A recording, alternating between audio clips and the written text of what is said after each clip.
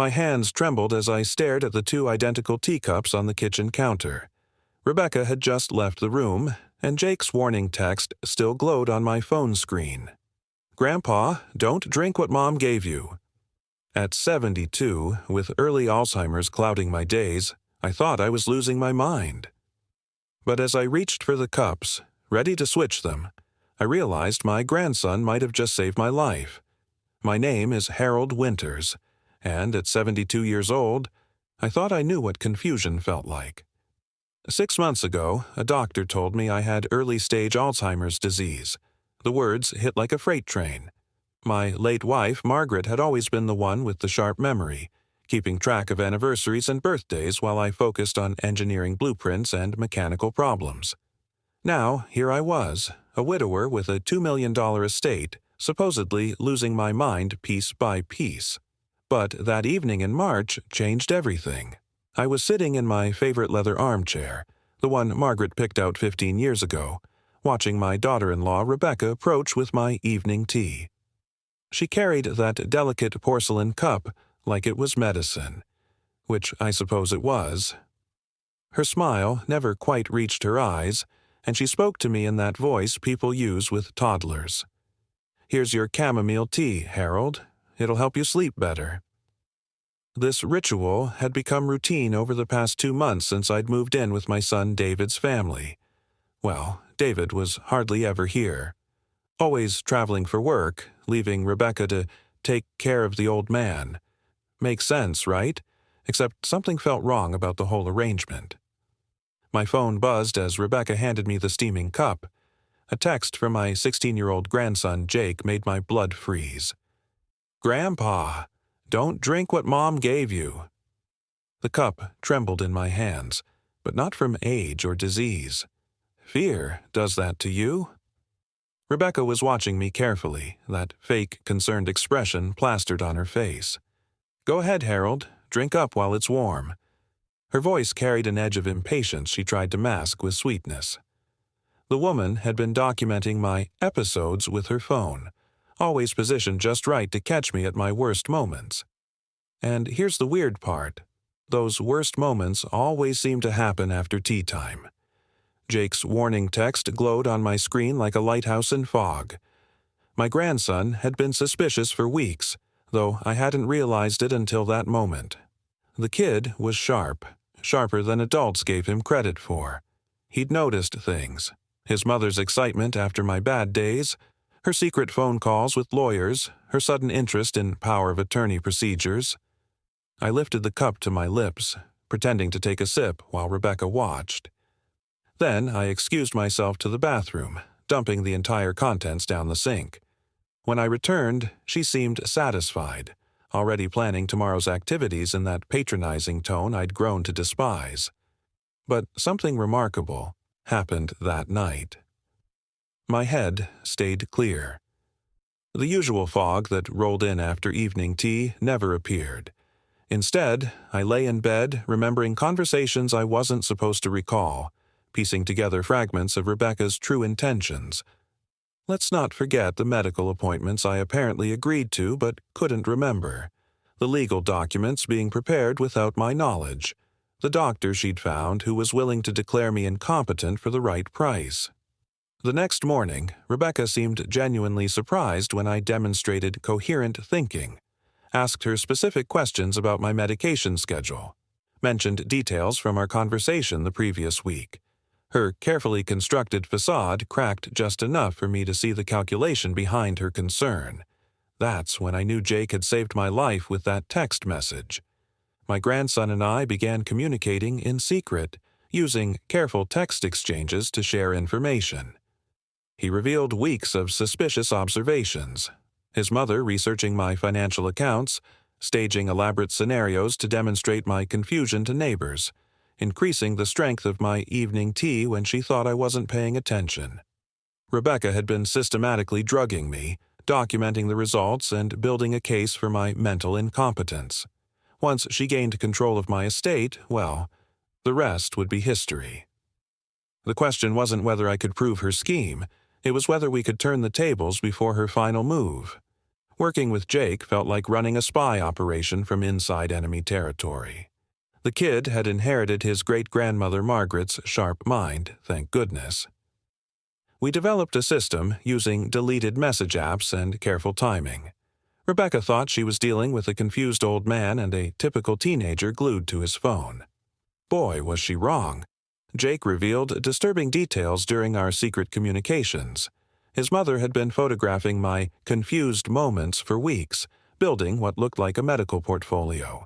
She'd also been researching the market value of Margaret's jewelry collection, the same pieces she'd always admired during family dinners. The woman had even contacted estate sale companies, claiming she was planning ahead for when I'd need full-time care, but here's where her plan got truly sinister. Rebecca had scheduled a competency evaluation for the following week without telling me directly. Instead, she'd mentioned it to Jake, assuming he'd stay quiet. She'd found a doctor willing to declare me mentally unfit based on her documented evidence and staged episodes. Dr. Marcus Greenfield. I looked him up later and discovered he'd lost his medical license in another state for falsifying patient records. Guess some people never learn. The sleeping medication she'd been slipping into my tea came from her own prescription, obtained by claiming chronic insomnia. Smart move, actually. No trail leading back to illegal purchases or suspicious pharmacy records. Rebecca had covered her tracks well, except for one crucial oversight. She'd underestimated both my grandson's loyalty and my own determination to fight back.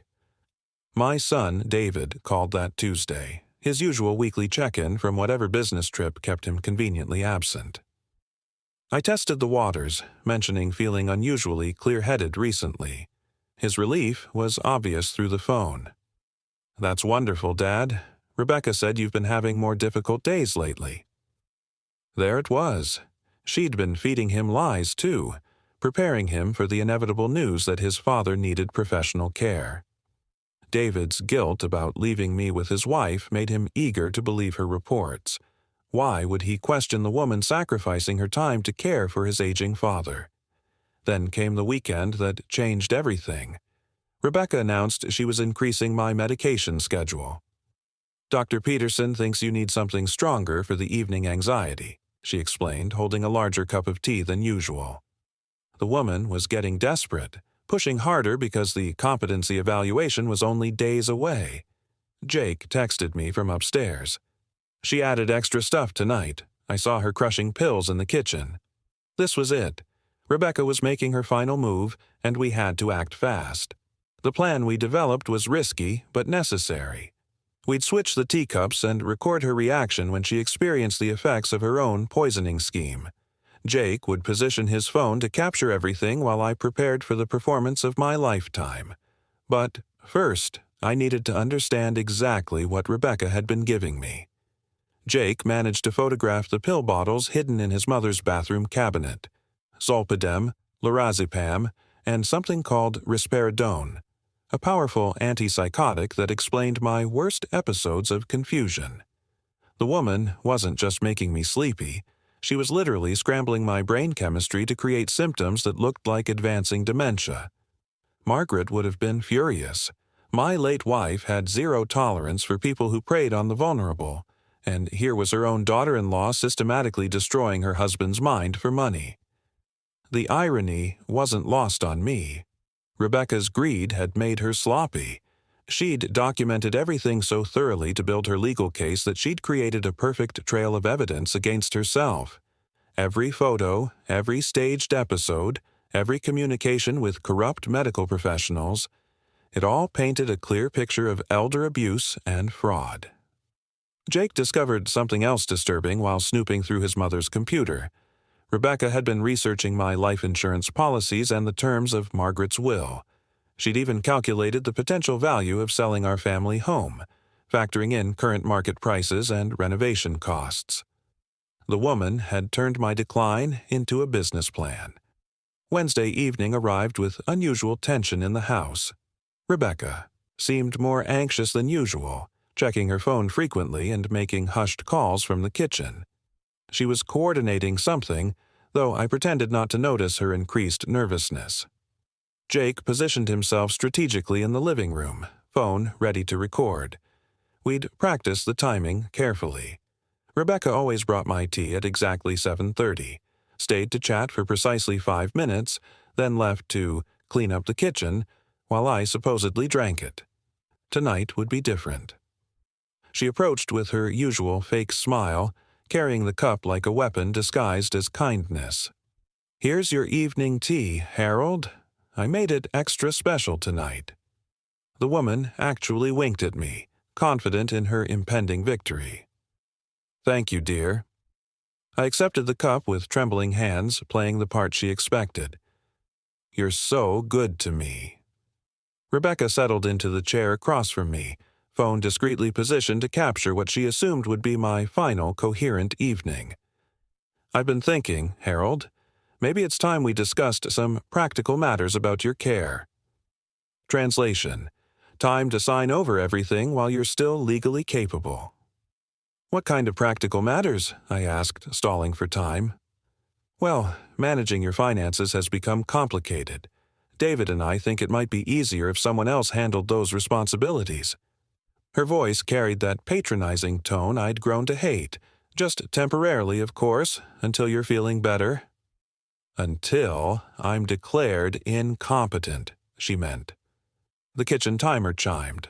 Rebecca's signal that she'd finished preparing her own cup of tea. Same chamomile blend, same delicate porcelain, but this one was clean. Safe. The one I was supposed to drink. She excused herself to turn off the timer, leaving me alone for exactly 90 seconds. Our window of opportunity. I moved faster than I had in months, switching the cups with practiced precision. Jake gave me a thumbs up from across the room, phone camera rolling as Rebecca returned to find me holding what she believed was my drugged tea. "Now, where were we?" she asked, settling back into her chair with her own cup.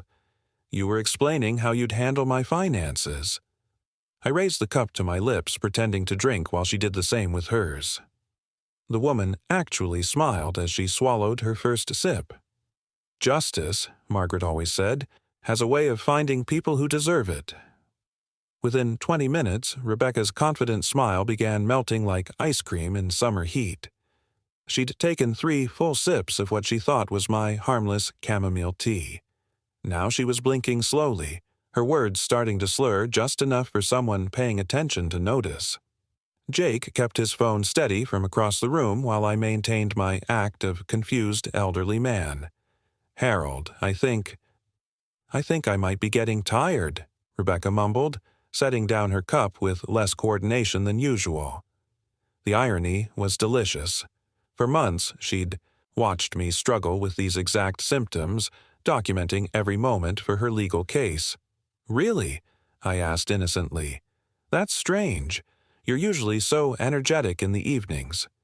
She tried to focus on my face, but her eyes kept drifting. The combination of sleep medication and antipsychotic drugs she'd been feeding me was now coursing through her own system.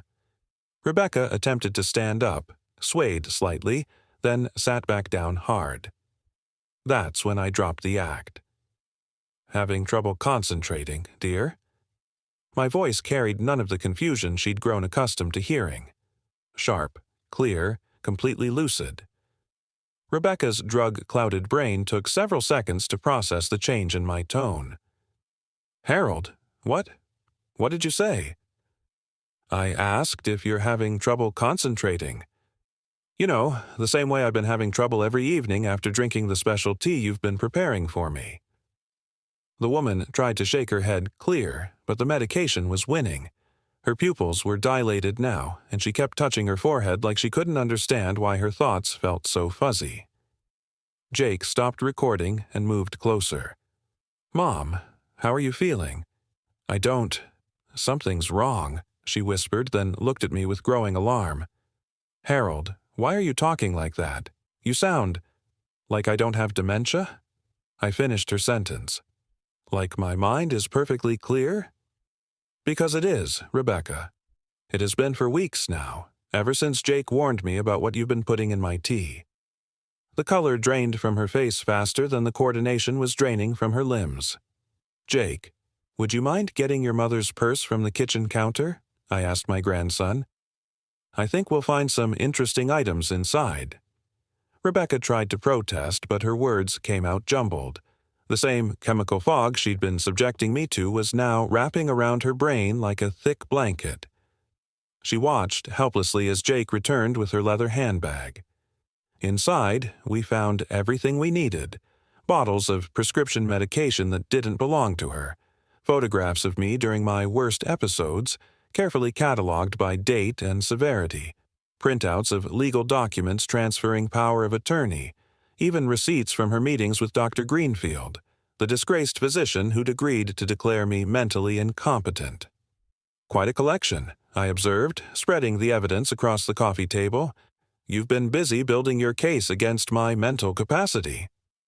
Rebecca's head lolled to one side as she struggled to stay conscious. The medications were hitting her harder than they'd hit me, probably because I'd built up some tolerance over the months she'd been poisoning me. "The funny thing is," I continued, "you documented everything so thoroughly that you've basically confessed to elder abuse in writing."